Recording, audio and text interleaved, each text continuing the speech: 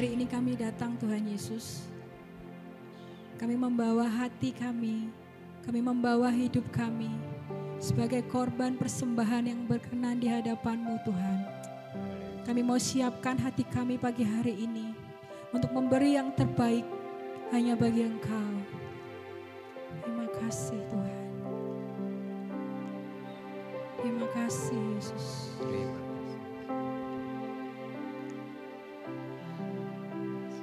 Terima kasih Tuhan.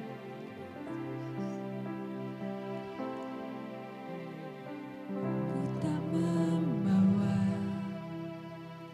apapun juga saat ku datang ke dunia. Ku tinggal semua pada akhirnya saat ku kembali ke surga. Ku tak membawa apapun, ku tak membawa apapun juga saat ku datang ke dunia. Ku tinggal semua pada akhirnya saat ku kembali ke surga. Dan inilah yang ku punya Tuhan. Inilah yang ku punya, hati sebagai hamba yang mau taat dan setia Padamu Bapa, kemanapun ku bawa, hati yang menyembah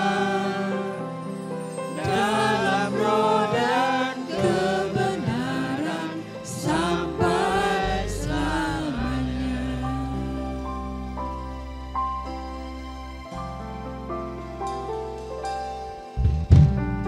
Ku tak membawa apapun juga saat ku datang ke dunia. Ku tinggal semua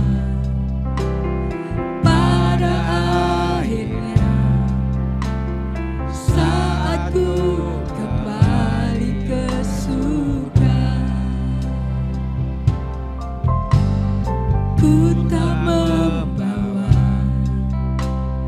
apapun juga saat ku datang ke dunia. Ku tinggal semua pada akhirnya saat ku kembali ke surga. Inilah yang ku punya, hati sebagai hamba yang mau taat dan setia padamu Bapa, kemanapun ku bawa, hati yang menyembah dalam roh dan kebenaran sampai selamanya. Mari saya ajak jemaat Tuhan untuk bangkit berdiri. Sama kita katakan, ku tak membawa apapun juga saat ku datang ke dunia. Ku tinggal semua pada akhirnya saat ku kembali ke surga. Jadikan doa kita pagi hari ini. Inilah yang ku punya, Ini doa kami Tuhan Yesus. hati sebagai hamba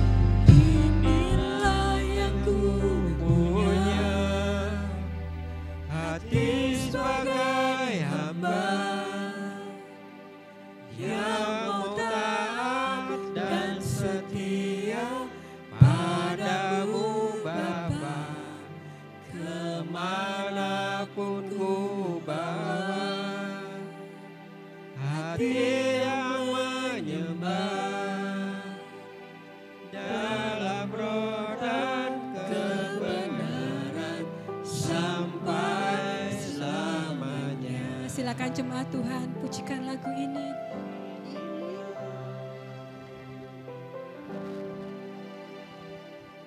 Jadikan ini sebagai doamu di hadapan Tuhan. Kita mau taat, kita mau setia sampai akhir hidup kita. Dan biarpun dimanapun kita berada, mari kita bawa hati yang menyembah Tuhan.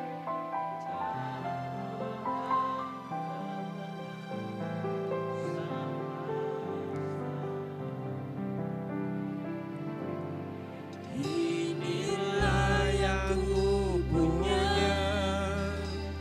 hati sebagai hamba yang mau taat dan setia padamu Bapa. Kemanapun ku bawa,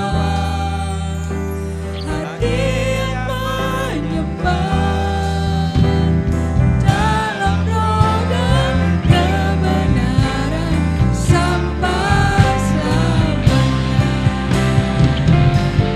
Inilah yang ku punya, hati sebagai hamba yang mau taat dan setia padamu Bapa. Kemanapun ku bawa, hati yang menyembah dalam roh dan kebenaran sampai selamanya. Mengapa ku membalas kasih-Mu? Segala yang ku punya itu milik-Mu.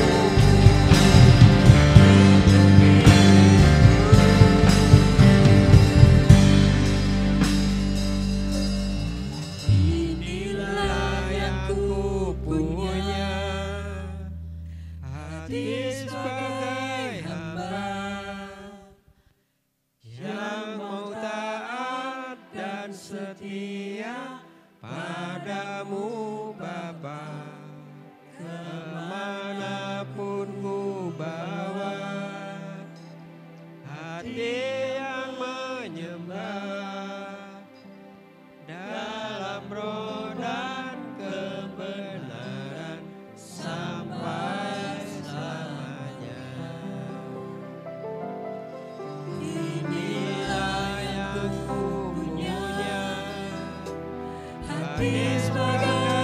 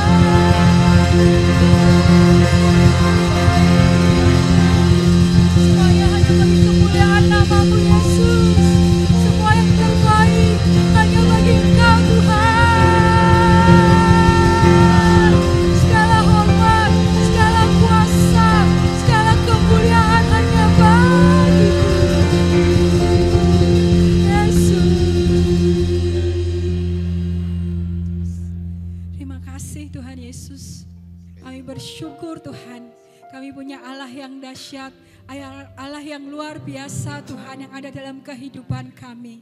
Dan doa kami pagi hari ini Tuhan Yesus, kami mau jadi hamba-hamba-Mu yang setia. Kami mau jadi hamba-hamba-Mu yang berkenan, yang memuliakan nama-Mu Tuhan, yang memberikan hidup kami yang terbaik hanya bagi Engkau. Terima kasih Bapa, terima kasih Tuhan Yesus. Kami percaya Tuhan, saat kami jadi hamba-Mu, saat kami memberikan yang terbaik Tuhan, Engkau mencurahkan persatuan, kesatuan, pemulihan dalam kehidupan kami, dalam keluarga kami, bagi gereja kami, bahkan bagi bangsa kami, bagi kota kami Tuhan. Terima kasih Yesus, dimulai dari diri kami Tuhan. Kami mau jadi hamba yang setia, hamba yang berkenan di hadapan-Mu Yesus. Terima kasih Tuhan.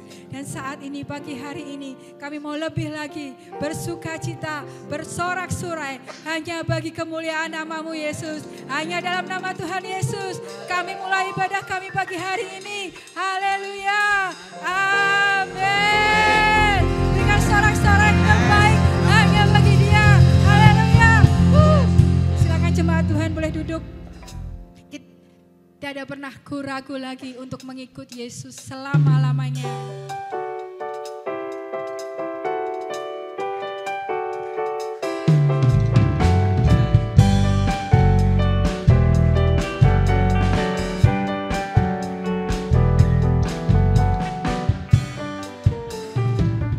Tiada ku ragu lagi untuk mengikut-Mu Yesus.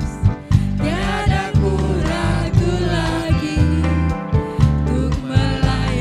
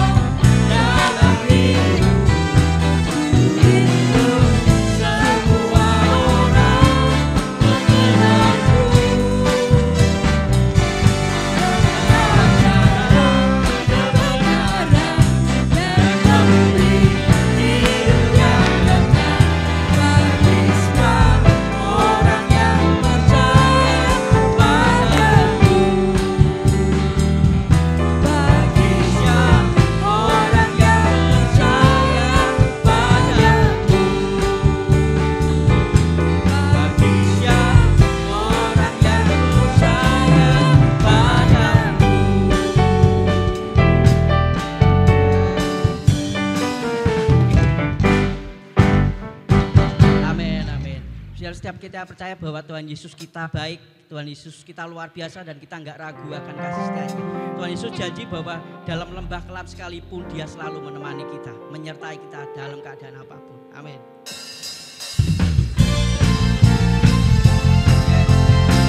Yesuslah kekuatan setiap hidup.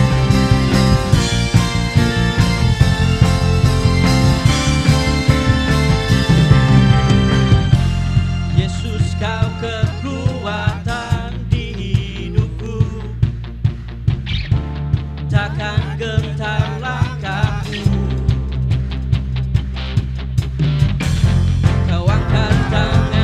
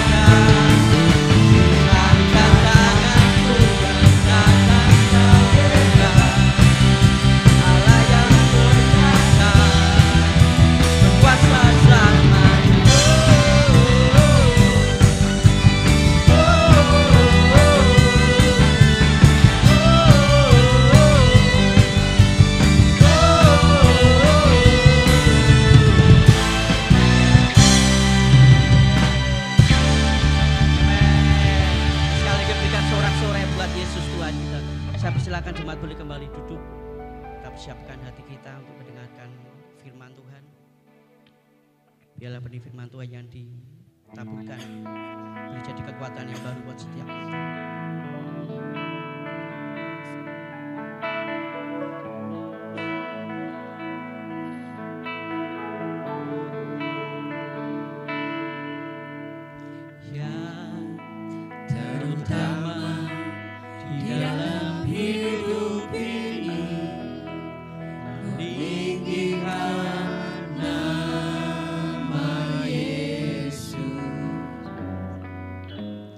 Yang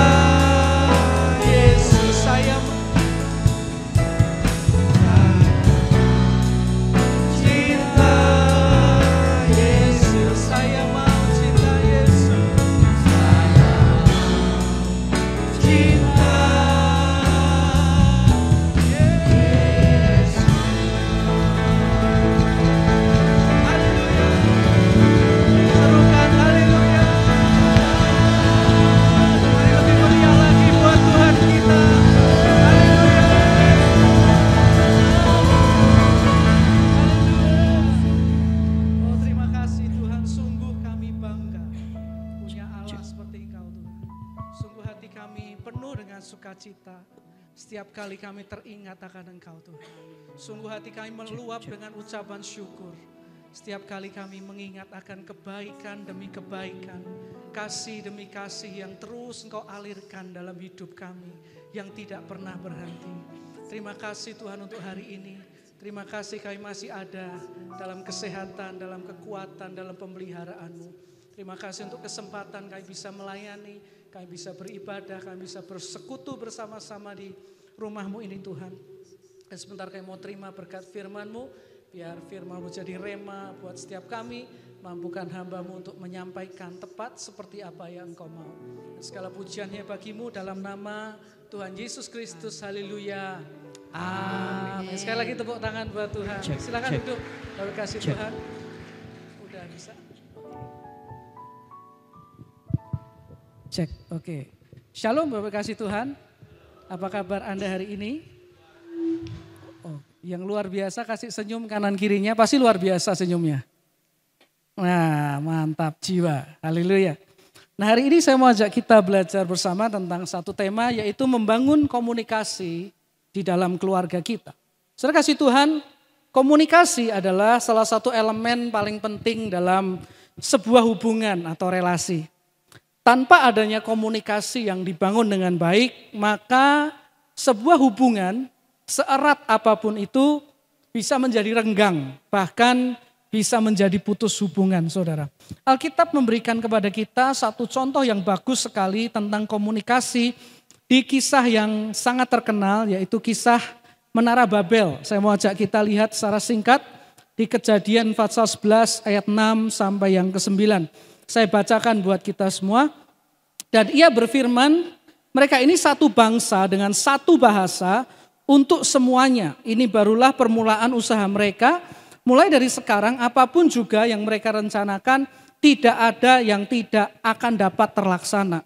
Baiklah kita turun dan mengacau balokkan di sana bahasa mereka, sehingga mereka tidak mengerti lagi bahasa masing-masing. Demikianlah mereka diserakkan Tuhan dari situ ke seluruh bumi, dan mereka berhenti mendirikan kota itu. Itulah sebabnya sampai sekarang nama kota itu disebut Babel, karena disitulah dikacau balokkan Tuhan bahasa seluruh bumi, dan dari situlah mereka diserakkan Tuhan ke seluruh bumi. Nah, saudara kasih Tuhan, saat itu manusia hanya punya satu bahasa saja, sehingga dikatakan komunikasi mereka bisa berjalan dengan baik. Dan karena komunikasinya baik, hubungan mereka menjadi begitu erat, kerjasama mereka berjalan bukan hanya biasa tetapi luar biasa. Bahkan mereka mau bangun menara yang sampai ke langit, saudara. Tetapi ketika komunikasi mereka menjadi Babel, saudara, Babel itu artinya adalah kacau. Ketika komunikasinya kacau, maka Alkitab mencatat yang terjadi, mereka yang tadinya begitu erat, mereka yang tadinya hubungannya rekat, mereka yang tadinya begitu bersatu menjadi tercerai-berai. Pergi sendiri-sendiri, tidak bersatu lagi, alias sudah tidak nyambung, saudara. Ngobrolnya sudah enggak ketemu, saudara. Akhirnya mereka berpisah. Nah, saudara kasih Tuhan, ini sebetulnya contoh dari dahsyatnya dampak komunikasi yang baik terhadap relasi atau hubungan. Dan tentu saja tidak terkecuali dalam hubungan keluarga.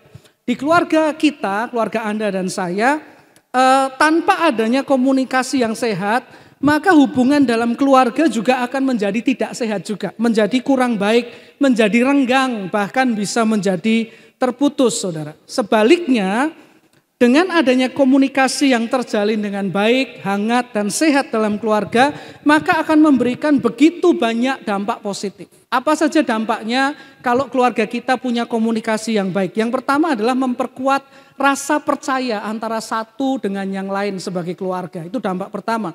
Dampak kedua, komunikasi yang baik adalah menghindari salah paham terjadi, saudara. Karena komunikasinya jelas, bisa ditangkap, bisa dimengerti. Yang ketiga, komunikasi yang baik akan memperkuat perasaan nyaman, saudara. Ya, memperkuat perasaan nyaman. Kemudian yang keempat, membuat bisa lebih memahami dan mengenal anggota keluarga kita dengan lebih baik. Ya, saudara kasih Tuhan. Karena itu sebagai anak-anak Tuhan yang tinggal dalam satu keluarga, saudara, tentu saja penting untuk kita membangun satu komunikasi yang baik dan sehat, saudara. Tidak hanya penting, tapi lebih terutama dari penting adalah karena ini ternyata kehendak Tuhan. Kita punya komunikasi yang baik dan sehat di dalam keluarga kita. Nah, saya mau ajak kita lihat lebih dahulu, saudara, di dalam ayat-ayat yang sangat terkenal di 1 Korintus 3 ayat 4 sampai yang ke-7. 1 Korintus 13 ayat 4 sampai yang ke-7. 1 Korintus 13 ayat yang ke-4 sampai ayat yang ke-7. Saya percaya saudara tahu ayat-ayat ini, saudara. Ya, 1 Korintus 13 ayat 4 sampai yang ke-7. Yuk kita baca bersama-sama 4 ayat ini. 1, 2, 3. Kasih itu sabar, kasih itu murah hati, ia tidak cemburu. Ia tidak memegahkan diri dan tidak sombong. Ayat 5. Ia tidak melakukan yang tidak sopan dan tidak mencari keuntungan diri sendiri. Ia tidak pemarah dan tidak menyimpan kesalahan orang lain. Ayat 6. Ia tidak bersukacita karena ketidakadilan tetapi karena kebenaran. Ayat 7.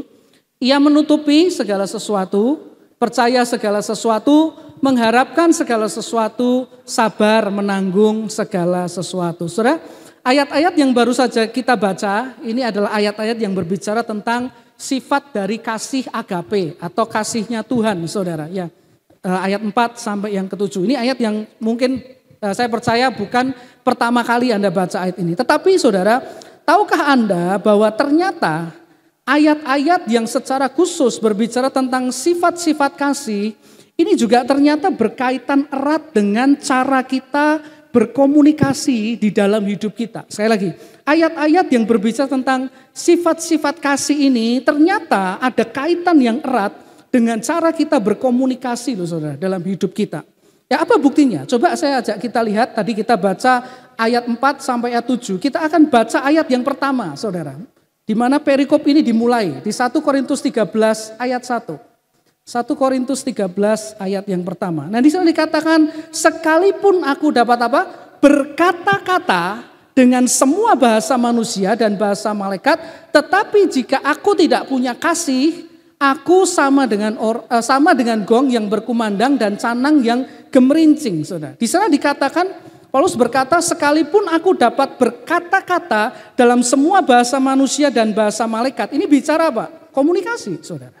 Bicara kepada orang lain dengan semua bahasa, bahkan bisa bahasa malaikat. Ini komunikasi. Jadi sebetulnya ayat ini juga bisa dibahasakan dengan sekalipun aku bisa berkomunikasi dengan semua bahasa manusia dan bahasa malaikat, tapi kalau aku tidak punya kasih, aku seperti gong dan canang yang berbunyi. Artinya hanya berbunyi tapi tidak berarti, tidak memiliki dampak atau efek apapun, saudara. Jadi menarik sekali bahwa perikop yang membahas tentang kasih agape ini diawali dengan ayat yang berbicara tentang kaitan antara kasih dengan kemampuan untuk berbicara atau berkomunikasi dengan orang lain. Ya, di mana komunikasi yang diwarnai dengan kasih Kristus akan menjadi komunikasi yang berarti atau berdampak positif. Jadi Bapak Ibu kasih Tuhan, dari sini kita bisa tarik satu kesimpulan bahwa kasih itu ternyata erat dengan yang namanya komunikasi. Baik itu komunikasi kita secara umum dengan orang lain dan secara khusus yang kita bahas hari ini di dalam keluarga kita. Erat di sini berarti kasih itu, ya erat di sini artinya adalah kasih itu akan mempengaruhi atau menentukan bagaimana kita berkomunikasi antara yang satu dengan yang lain sebagai anggota keluarga. Dan percayalah Bapak Ibu, komunikasi yang didasari diwarnai oleh kasih Kristus, oleh agape ini pasti akan menjadi komunikasi yang terbaik dan sehat untuk keluarga kita. Karena itu kita perlu membangun satu komunikasi yang namanya komunikasi kasih. Ya, komunikasi kasih, komunikasi yang diwarnai dengan kasih Kristus, saudara. Di dalam keluarga kita, jika kita ingin ada komunikasi yang baik dan sehat dalam keluarga kita bersama. Lalu pertanyaannya, bagaimana kita bisa membangun komunikasi kasih itu di dalam keluarga kita? Mari saya ajak kita kembali ke Alkitab, kita baca 1 Korintus 13 ayat yang ke-11. 1 Korintus 13 ayat yang ke-11. Paulus berkata, ketika aku kanak-kanak, aku berkata-kata. Sekali lagi keluar kata ini, berkata-kata seperti kanak-kanak. Aku merasa seperti kanak-kanak, aku berpikir seperti kanak-kanak. Sekarang sesudah aku menjadi dewasa, aku meninggalkan sifat kanak-kanak itu. Di ayat ini dikatakan Paulus berkata ketika ia kanak-kanak, ia berkomunikasi seperti kanak-kanak. Dan sekarang sesudah ia menjadi dewasa, ia meninggalkan sifat kanak-kanak itu. Dan tentu salah satunya yang dimaksud adalah menghilangkan cara berkomunikasi seperti anak-anak. Dan berubah menjadi berkomunikasi seperti orang dewasa. Saudara kasih Tuhan, menjadi tua itu otomatis. Menjadi dewasa itu pilihan. Saudara. Menjadi tua itu otomatis. Tiap hari kita tambah tua. Tapi menjadi dewasa itu pilihan kita. Dan kalau kita lihat tadi 1 Korintus 13 ayat 11. Di ayat tadi Paulus memakai kata meninggalkan. Aku meninggalkan. Terjemahan lain mengartikan dengan aku menghilangkan caraku berbicara, berkomunikasi seperti anak-anak yang tanpa kasih. Dan sekarang dia memilih untuk berkomunikasi dengan cara yang dewasa, yang dilengkapi dengan kasih. Jadi ayat ini sebetulnya menunjukkan bahwa Paulus memilih untuk berubah, saudara, dalam caranya berkomunikasi. Dari berkomunikasi sifat anak yang tanpa kasih menjadi berkomunikasi dengan sifat dewasa yang diwarnai dengan kasih Tuhan. Nah, dari sini kita bisa belajar hal yang pertama, bagaimana kita bisa memiliki komunikasi kasih dalam keluarga kita. Yang pertama, kita perlu sadar, saudara, seperti Paulus tadi, bahwa yang namanya komunikasi kasih di dalam keluarga itu bukan komunikasi yang otomatis terjadi seiring dengan usia keluarga kita. Tetapi komunikasi dengan kasih itu adalah pilihan kita, saudara. Sekali lagi, komunikasi di tengah keluarga yang diwarnai dengan kasih itu tidak otomatis terjadi seiring dengan bertambahnya usia keluarga kita. Misalnya sudah yang menikah 40 tahun pasti komunikasinya penuh dengan kasih, belum tentu. Yang sudah yang usia keluarganya sudah 50 tahun pasti komunikasinya kasih, belum tentu, saudara. Kenapa? Karena komunikasi kasih itu adalah pilihan kita, saudara. Artinya gimana? Artinya perlu ada tindakan, artinya perlu ada yang diusahakan, artinya perlu ada yang dikerjakan, artinya perlu ada kemauan, saudara, yang tentu saja dalam anugerah Tuhan untuk kita mulai memiliki dan membangun komunikasi yang diwarnai dengan kasih Tuhan dalam keluarga kita. Saudara pernah nggak dalam hidup saudara ketemu orang Kristen yang rajin ke gereja, tapi kalau ngomong sama keluarganya pedes? Pernah ketemu nggak? Orang Kristen rajin ke gereja, tapi kalau ngomong kasar sama keluarga. Pernah nggak ketemu saudara orang Kristen yang tidak saling menyapa antara kakak dan adik? Padahal Kristen. Saudara kasih Tuhan. Pernahkah Anda ketemu orang Kristen yang sakit hati karena suaminya? Omongannya nggak enak. Sakit hati karena istrinya, saudara. Pernahkah seperti itu? Saya percaya mungkin kok ya sering, saudara. Atau pernah ketemu yang seperti itu. Tentu ini bukan keadaan yang menyenangkan di sebuah keluarga Kristen. Keluarga anak Tuhan, tapi saling menyakiti, saudara. Karena itu mulailah Bapak Ibu membangun yang namanya komunikasi kasih itu diusahakan. Bahkan diperjuangkan oleh kita sebagai anak-anak Tuhan yang ingin keluarganya lebih bahagia karena komunikasinya baik dan penuh kasih. Siapa di sini pengen punya keluarga yang lebih bahagia lagi? Oh yes, amin saudara. Kita ada di track yang sama kalau begitu. Nah itu yang pertama, sadari bahwa komunikasi kasih dalam keluarga tidak otomatis. Harus mau dibangun, diusahakan, diperjuangkan. Itu yang pertama. Dan yang kedua, bagaimana kita bisa memiliki komunikasi kasih dalam keluarga kita. Yang kedua adalah begini. Mari kita belajar untuk mulai menerapkan atau mempraktekkan sifat-sifat kasih Allah tadi ketika kita berkomunikasi dengan keluarga kita, saudara. Menerapkan sifat-sifat kasih Allah tadi ketika kita berkomunikasi dengan keluarga kita. Saya ajak kita lihat beberapa contoh sifat kasih seperti apa, saudara. Saya ajak kita baca satu ayat lagi di 1 Korintus 13 ayat yang keempat tadi. Ya, 1 Korintus 13 ayat yang keempat. Kasih itu sabar, kasih itu murah hati, ia tidak cemburu, ia tidak memegahkan diri dan tidak sombong. Jadi bagaimana untuk mulai menerapkan? Yang pertama, yang kita mencatat kasih itu sabar atau sifat sabar. Jadi saudara mulailah mewarnai komunikasi di keluarga kita dengan kesabaran. Kalau komunikasi hatinya sudah dipersiapkan untuk sabar saudara. Kenapa? Karena komunikasi itu meskipun dengan keluarga sendiri tidak selalu mudah. Kadang terjadi salah paham, kadang terjadi perbedaan pendapat di dalam keluarga kita saudara. Kalau mau liburan yuk kita healing, ayo. Papa mau kemana? Aku mau ke daerah pegunungan. Mama mau kemana? Aku mau ke daerah pantai. Anaknya mau kemana? Mall, saudara. Anak yang satu mau kemana? Mager di rumah aja. Jadi kalau nggak dikomunikasikan, nggak sido liburan, saudara. Geger, saudara kasih Tuhan. Nah, saudara kasih Tuhan, sabar memang tidak selalu mudah. Tapi kesabaran akan membuat kita mampu menguasai diri.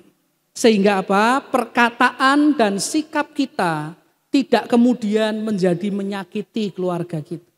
Kalau sudah nggak sabar, sudah mulai keluar wis karepmu gitu ya. Ra urusan aku dasar, nah sudah panjang sudah. Itu sudah ya nggak enak sudah komunikasinya. Sudah? Ya jadi warnai komunikasi dengan kesabaran ya saudara. Suatu hari ada seorang bapak yang kaya. Dan suatu ketika dia merencanakan mau pulang kampung. Ya, ke rumah orang tuanya di kampung, saudara. Si anak ini karena dia sudah diberkati, dia kaya, saudara. Dia ingin kasih satu hadiah yang spesial buat ayahnya di kampung. Jadi dia mulai cari seekor ayam yang istimewa. Dia cari ketemu, saudara. Dia ketemu satu ayam yang namanya ayam ketawa. Anda pernah dengar nggak? Ayam ketawa tuh yang berkokoknya kayak orang ketawa itu. Jangan bilang mirip ya, saudara. Kakak gitu. Kalau ketawa seperti itu. Harganya 20 juta saudara. Memang segitu harganya saudara. Dia beli itu saudara harganya 20 juta. Dia paketkan. Dia kirim ke ayahnya di kampung. Dia kasih satu pesan di kertas. Pah, aku akan datang seminggu lagi. Kirim ayamnya saudara. Seminggu kemudian dia datang ketemu dengan ayahnya. Ketika ayahnya melihat anaknya ini datang, si ayah menyambut saudara dengan begitu senang saudara. Dia peluk anaknya, dia berkata kamu itu memang anakku yang paling sayang sama papa. Sampai papa dikirimi ayam yang bagus sekali. Lalu si anak bertanya, bagaimana Pak? Papa suka enggak dengan ayam yang saya kirimi? Papahnya menjawab, tentu saja papa suka dong nak dengan ayam kirimanmu. Loh kenapa kok papa suka? Karena rasanya enak. Kalau digoreng itu aduh dagingnya tebel, gurih, sedap. Anaknya melongo saudara. Loh maksudnya gimana Pak? Jadi waktu itu papa tuh lagi pengen ayam goreng nak. Lalu tiba-tiba entah gimana kamu kerasa mungkin ya. Ada kiriman ayam dari kamu ke papa. Ayamnya bagus, gede lagi. Papa berkata ini digoreng mesti enak. Saya panggil mamahmu, mah beleh goreng. Dan bener rasanya enak tenan saudara. Anaknya bengong saudara. Dia mau marah tapi dia sebentar sabar dulu. Dia mikir. Ternyata dia yang salah. Dia kirim memang ayam harga 20 juta, itu ayam spesial. Tapi pesannya cuman, Pah aku datang seminggu lagi. Dia enggak tulis pesan bahwa itu ayam apa, harganya berapa, bisa ngapain. Enggak saudara, dia enggak tulis itu. Saudara, jadi akhirnya dia enggak jadi marah sama papahnya. Karena dia menyadari yang salah dia. Saudara. Tapi bayangkan kalau anak ini enggak punya kesabaran. Yaitu kebahagiaan bisa sirna hari itu saudara. Jadi Bapak kasih Tuhan, ini yang penting untuk diwarnai dalam komunikasi kita. Yang pertama, komunikasi kasih kita itu dengan kesabaran. Warnai dengan kesabaran. Yang kedua adalah sifat murah hati, saudara. Jadi warnai komunikasi di keluarga kita dengan sifat murah hati. Apa itu murah hati?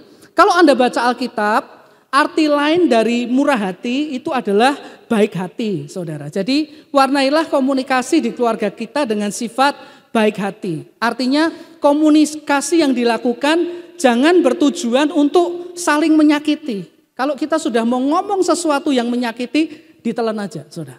Ya, diwarnai dengan yang baik, saudara. Jangan untuk saling menyakiti, tapi tujuannya adalah untuk mendatangkan kebaikan. Kenapa? Karena dasarnya baik hati. Kalau dasarnya baik hati yang diucapkan nggak mungkin kejahatan. Bahasanya baik hati yang diucapkan kebaikan, saudara. Jika dasarnya adalah hati yang baik dan tujuannya adalah kebaikan, maka tentu saja pilihlah kata-kata yang baik dan pakailah sikap yang baik ketika kita sedang berkomunikasi di keluarga kita, saudara. Hindari kata-kata yang merendahkan, mengejek, saudara. Goblok. Rak diutek, nah gitu-gitu jangan, saudara ya. Dasar, nah gitu-gitu ya, yang merendahkan, mengejek, saudara, menghina itu jangan dipakai. Dan satu lagi, bersikap yang baik, hindari sikap cuek ketika kita sedang diajak bicara dengan anggota keluarga kita. Kalau lagi diajak bicara, didengerin. Jangan ditinggal main HP. Jangan ditinggal nonton. Dilihat orangnya, saudara, apa yang dia mau sampaikan. Itu sikap yang baik. Itu sikap yang dasarnya untuk kebaikan, Bapak Ibu kasih Tuhan. Dan satu lagi Bapak Ibu yang kita perlu ngerti, kalau kaum pria lagi fokus akan sesuatu, misalnya lagi lihat HP, nonton TV, dan kaum ibu misalnya mau ngajak bicara, dijawil dulu Bapak Ibu. Kalau dia udah nengok, baru diajak bicara. Kenapa? Karena kaum pria kalau lagi fokus dengan sesuatu, kemampuan telinganya itu turun 30%. Makanya dipanggil Pah gitu baru ada apa gitu, saudara. Karena itu kemampuan telinganya turun. Jadi kalau ingin berkomunikasi jangan marah dulu. Memang kaum prianya tuh seperti itu. Dijawil dulu, setelah nengok baru diajak ngomong. Saudara, seperti itu, saudara. Ya, jadi pakai kata yang baik, pakai sikap yang baik. Berikan perhatian supaya komunikasi bisa berjalan dengan baik dan pesan yang ingin disampaikan antara satu dengan yang lain bisa diterima dengan baik. Jadi pakailah sifat yang baik, saudara, baik hati. Kadang, saudara, ada orang-orang itu yang berbicara, ketika dia berbicara dengan orang lain, sikapnya itu begitu sopan. Tapi begitu ngomong dengan keluarganya, sifatnya nggak enak, saudara. Ya contoh ya, misal ada orang lagi telepon nih, kalau lagi ditelepon sama orang lain bilangnya, oh iya Pak, baik, siap, saya akan selalu bisa membantu. Jangan khawatir Pak, oke. Begitu ditutup, saudara, istrinya tanya, sing telepon sapa to Pak? Ra usah takok-takok. Loh barusan ini ngomongnya halus loh saudara. Begitu ditanya istrinya kok jadi kayak gitu. Nah ini bukan contoh yang baik, saudara. Ini bukan sikap yang baik. Karena itu belajar berkomunikasi di keluarga dengan sifat yang dasarnya itu baik hati untuk kebaikan. Ya, jadi komunikasi diwarnai dengan sifat baik hati, tujuannya kebaikan. Yang ketiga, 1 Korintus 13 ayat 4 tadi berkata tidak memegahkan diri dan tidak sombong. Ini bicara tentang apa? Sifat rendah hati. Kalau kita komunikasi dengan keluarga, warnai itu dengan sifat rendah hati. Maksudnya gini, kenapa kok penting kita punya kerendahan hati waktu komunikasi? Kalau kita sedang komunikasi dengan keluarga kita dan diwarnai dengan hati yang sombong, maka biasanya orang yang sombong itu punya beberapa ciri. Yaitu gini, ingin selalu jadi pusat perhatian. Kemudian orang yang sombong itu sering memonopoli percakapan, saudara. Dan bersikap seolah-olah dia yang paling tahu segalanya.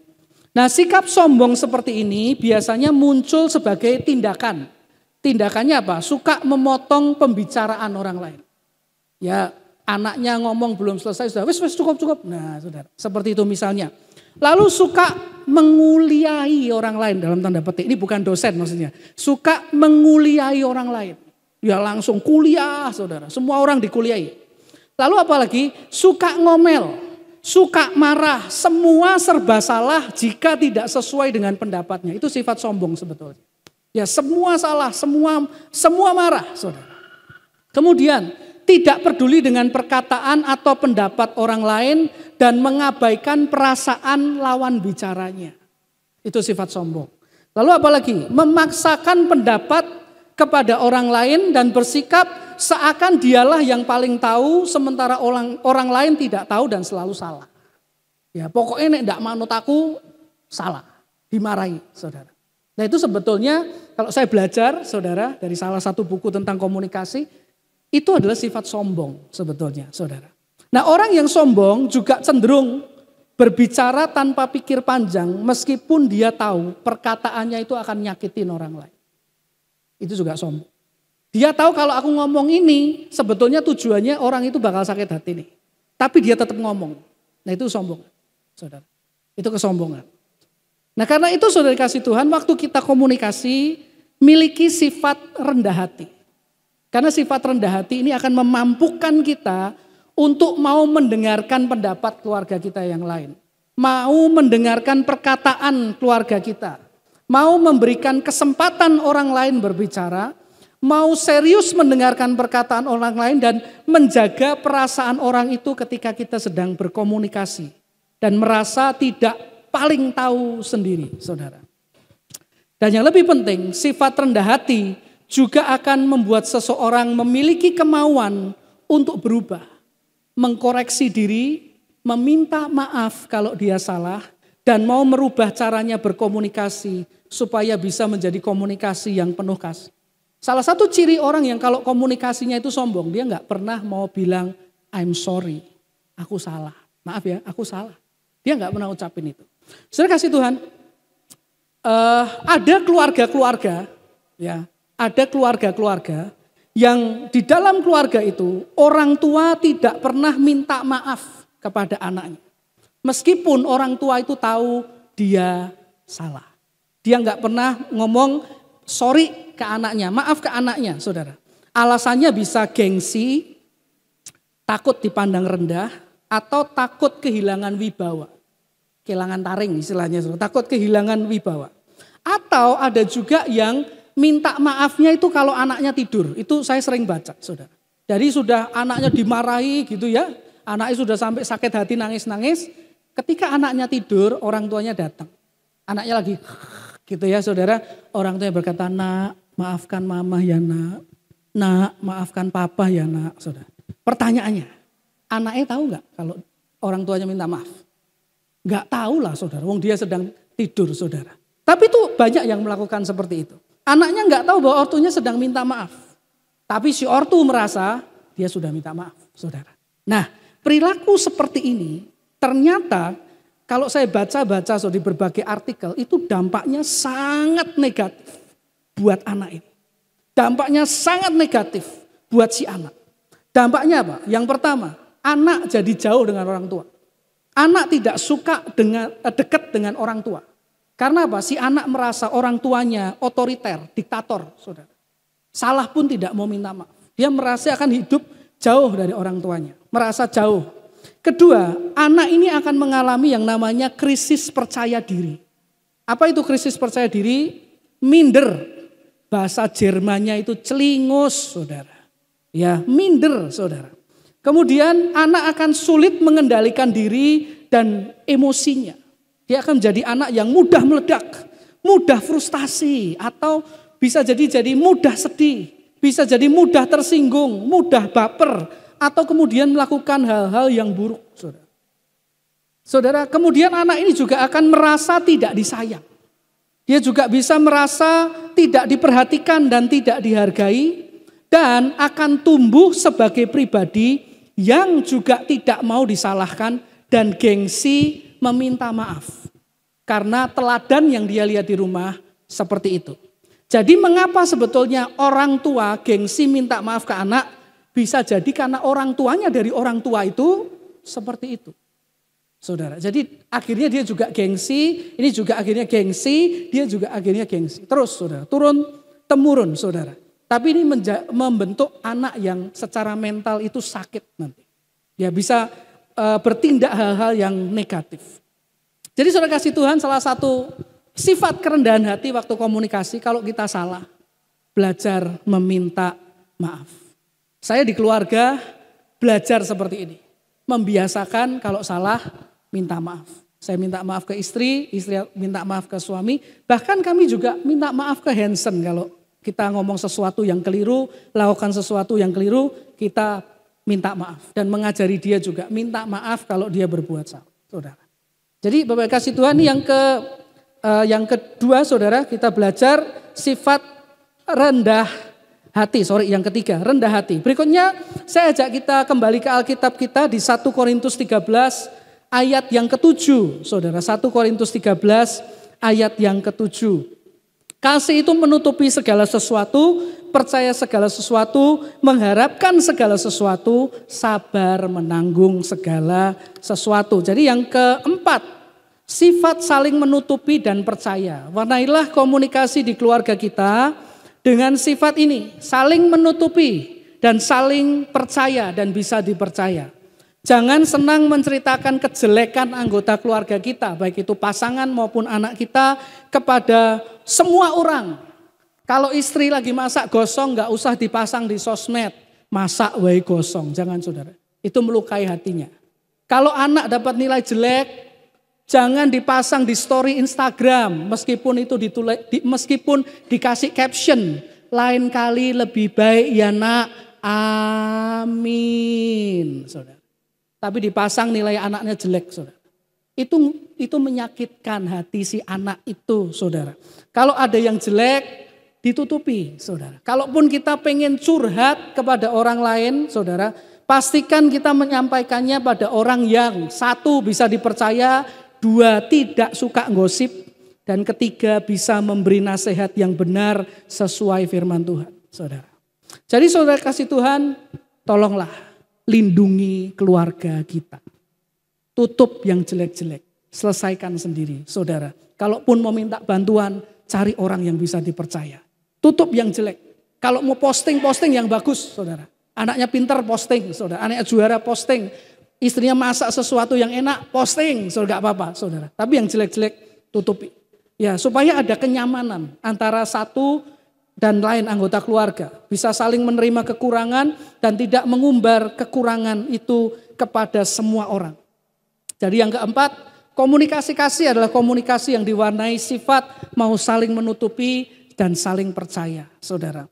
Lalu yang kelima, satu lagi dikatakan kasih itu sabar menanggung segala sesuatu, saudara. Yang kelima adalah sifat tekun. Warnai komunikasi di keluarga kita dengan sifat tekun. Saudara, menarik sekali kalau Anda perhatikan kembali di ayat-ayat tentang sifat kasih. Di 1 Korintus 13 tadi, kita akan menemukan bahwa ada satu sifat yang muncul dua kali. Yaitu sifat sabar, saudara. Kalau Anda perhatikan di ayat 4 tadi diawali dengan kasih itu sabar. Dan di akhir sifat kasih ayat 7, sabar menanggung segala sesuatu. Ya di sifat kasih ada satu yang muncul dua kali. Yaitu kata sabar, saudara.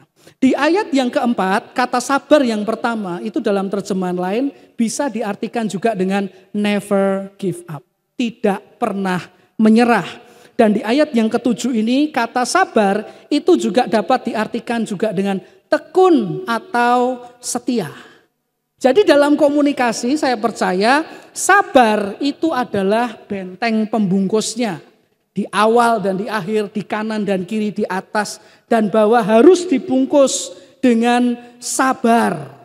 Never give up, tekun dan setia. Untuk membangun komunikasi kasih di keluarga kita. Mengapa perlu tekun, setia, pantang menyerah? Karena membiasakan diri untuk mulai berkomunikasi kasih tidak selalu mudah, saudara. Saudara kasih Tuhan, di sini berapa banyak yang sudah menikah? Angkat tangan. Oke, berapa banyak dari saudara yang sudah menikah sampai hari ini masih bilang I love you ke pasangannya? Angkat tangan. 1, kok cuma 2? Saudara, ngomong I love you itu tidak hanya verbal ya, tidak hanya I love you, tidak saudara. Kalau Anda meluk itu juga sebetulnya menunjukkan sayang. Gandeng, merasakan sayang. ngelus-ngelus kepala, itu juga menunjukkan sayang. Siapa yang masih melakukan ini? Angkat tangan. Kok malah satu tok, saudara? Saudara kasih Tuhan. Hati-hati saudara kasih Tuhan. Jangan sampai waktu pacaran yang perempuan dilus kepalanya. Sayang, ya, sayang. Waktu sudah menikah, gantian si perempuan ngelus dadanya. Sabar, sabar, saudara. Jangan kayak gitu, saudara. Harusnya sudah menikah juga tetap sayang. Ya, jangan dari sayang tuh sabar, sabar, wong wis mang kebuangetan gitu ya, saudara. Jangan seperti itu. Jadi, saudara membiasakan diri menyatakan kasih memang tidak mudah dan seringkali juga tidak dalam waktu yang singkat. Seringkali itu memerlukan yang namanya ketekunan, day by day, hari demi hari, bulan demi bulan, mungkin bertahun-tahun. Kita jadi anak Tuhan yang praktek dulu. Meskipun mungkin kita waktu praktek sudah pakai kata yang dipilih, sikapnya sudah baik, kemudian dibalesnya tetap katanya kasar. Dibalesnya tetap sikapnya enggak enak, saudara. Nah, disitulah kita perlu tidak hanya sabar di depan, tapi perlu sabar sampai belakang, saudara. Sabar, saudara. Tekun, memerlukan ketekunan agar keadaan komunikasi di keluarga kita bisa kemudian berubah menjadi komunikasi kasih. Nah, sebagai catatan penutup bagian akhir, ketika kita mulai mempraktekkan komunikasi kasih di tengah keluarga kita dan rasanya sia-sia, Bapak Ibu. Dan satu titik kita ingin menyerah. Pengen give up aja deh Tuhan. Selesai gitu. Dan mulai pengen membalas perkataan yang pedes itu. Mulai pengen membalas sikap yang tidak enak yang kita rasakan saat berkomunikasi kepada keluarga kita. Adalah satu hal yang baik ketika kita seperti itu. Mengundurkan diri sejenak. Cari waktu untuk berdoa, berseru kepada Tuhan. Dan memohon kekuatan dan kemampuan dari Tuhan. Supaya kita bisa tetap mempraktekkan komunikasi kasih. Mengapa kita perlu menarik diri, berdoa dan berseru kepada Tuhan? Karena ingat Bapak Ibu, kata kasih yang dari tadi kita bahas di 1 Korintus 13, yang dipakai itu adalah kata agape Bapak Ibu. Itu adalah kasihnya Tuhan. Di sana tidak dipakai kasih eros. Kasih yang ada nafsu seksual antara laki-laki dan perempuan. Itu bukan bicara tentang kasih eros yang romantis saudara. Ini bukan bicara tentang kasih phileo, kasih teman atau kasih sahabat. Ini juga enggak berbicara bahkan tentang kasih storge. Kasih storge itu adalah kasih antar anggota keluarga. Jadi rupanya membangun komunikasi kasih. Kasih storge aja enggak cukup seringkali. Saudara. Bisa jadi enggak cukup. Sudah enggak sabar nih. Kasih keluarganya udah habis saudara. Karena itu kita perlu yang namanya agape. Kasihnya Tuhan yang ditempelkan di hati kita. Kasihnya Tuhan yang ditambahkan di hati kita. Sifatnya Tuhan yang ditambahkan di sifatnya kita. Sehingga kita bisa melakukan komunikasi kasih itu bukan dengan kasih kita secara manusia. Bukan dengan kekuatan kita. Tetapi dengan kemampuan daripada Tuhan. Karena itu tentu saja kalau Anda rindu, kita rindu punya komunikasi kasih di keluarga kita. Kita perlu berdoa untuk hal ini. Kita perlu berjuang untuk hal ini, kita perlu meminta kekuatan daripada Tuhan, hikmat dari Tuhan, mengandalkan kekuatan Roh Kudus supaya memampukan kita menjadi saluran kasihnya di komunikasi di keluarga kita. Jadi saudara kasih Tuhan, penting sekali kita membangun komunikasi kasih di keluarga kita saudara, agar keluarga kita menjadi lebih harmonis, lebih kokoh, lebih bahagia saya percaya. Dan mari belajar untuk menerapkan sifat-sifat kasih dalam komunikasi keluarga kita. Kita minta kekuatan dari Tuhan agar memampukan kita untuk sabar dan bukan menuntut orang lain untuk berubah. Tapi perubahan itu dimulai dari sumbernya Tuhan, sumber agape, dan kemudian kita diubahkan lebih dahulu dan kemudian membawa komunikasi kasih yang akan mengubahkan keluarga kita, saudara. Jadi inilah yang Tuhan ingin ada dalam keluarga Anda dan saya, punya komunikasi kasih. Dan kalau Anda rindu itu terjadi dalam keluarga Anda, maka hari ini yang harus mulai dan berjuang adalah Anda, saudara, dan saya, saudara. Amin. Mari Tuhan berkati firman-Nya buat kita. Yuk kita berdoa untuk firman Tuhan.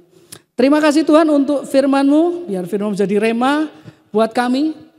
Karena kami sungguh rindu Tuhan mempunyai komunikasi kasih di tengah keluarga kami. Bapak Ibu kasih Tuhan, berapa banyak dari saudara ingin jadi orang di mana Tuhan menyalurkan kasih-Nya di tengah keluarga saudara. Melalui komunikasi yang dipenuhi dengan kasih. Mari angkat tanganmu saudara. Kalau engkau ingin jadi pelopor, ingin jadi orang yang ya Tuhan, aku mau keluargaku harmonis, aku mau keluargaku bahagia. Aku akan mulai komunikasi kasih di tengah keluargaku. Tolong aku Tuhan, mampukan aku Tuhan. Kalau Anda rindu, mari angkat tangan saudara.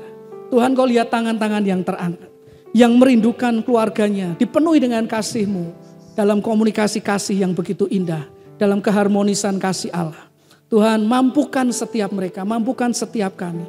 Alirkan kasih-Mu, alirkan urapan-Mu, alirkan hikmat-Mu, alirkan kesabaran-Mu, alirkan sifat-sifat-Mu yang penuh kasih itu dalam hidup kami.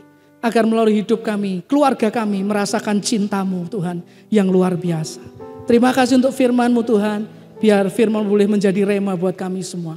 Kami serahkan semua di dalam nama Tuhan Yesus Kristus. Haleluya. Amin. Haleluya. Tuhan berkati.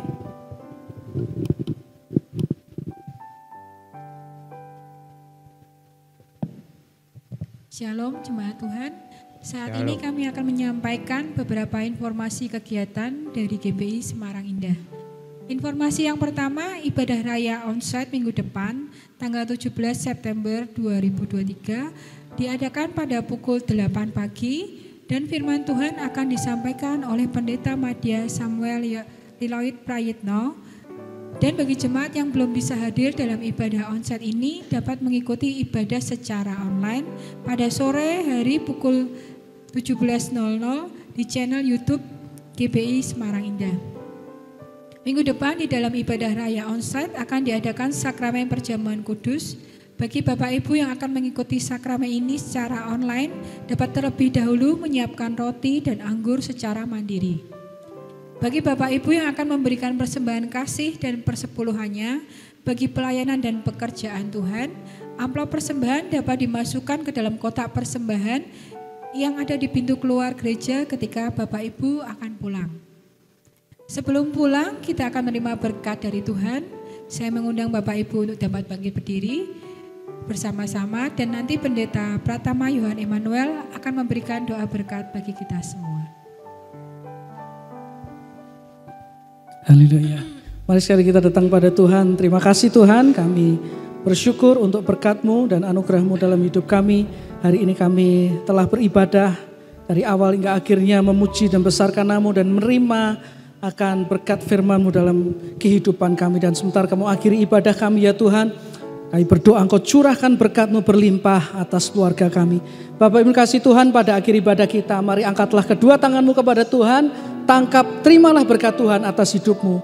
Tuhan memberkati keluarga dan rumah tanggamu, Tuhan memberkati usaha dan pekerjaanmu. Tuhan memberkati engkau dengan kesehatan yang baik, Tuhan memberkati pendidikan yang sedang kau jalani, Tuhan memberkati pelayananmu makin dahsyat dan makin luar biasa. Tuhan memberkati hidupmu sehingga hidupmu berhasil, beruntung dan berkemenangan. Tuhan memberkati engkau dan melindungi engkau. Tuhan menyinari engkau dengan wajah-Nya dan memberi engkau kasih karunia. Tuhan menghadapkan wajah-Nya kepadamu dan memberi engkau damai sejahtera dari sekarang sampai Maranatha, saat Tuhan Yesus yang begitu mencintai kita itu datang kembali untuk kali yang kedua. Dan semua yang percaya terima berkat Tuhan berkata, Amin.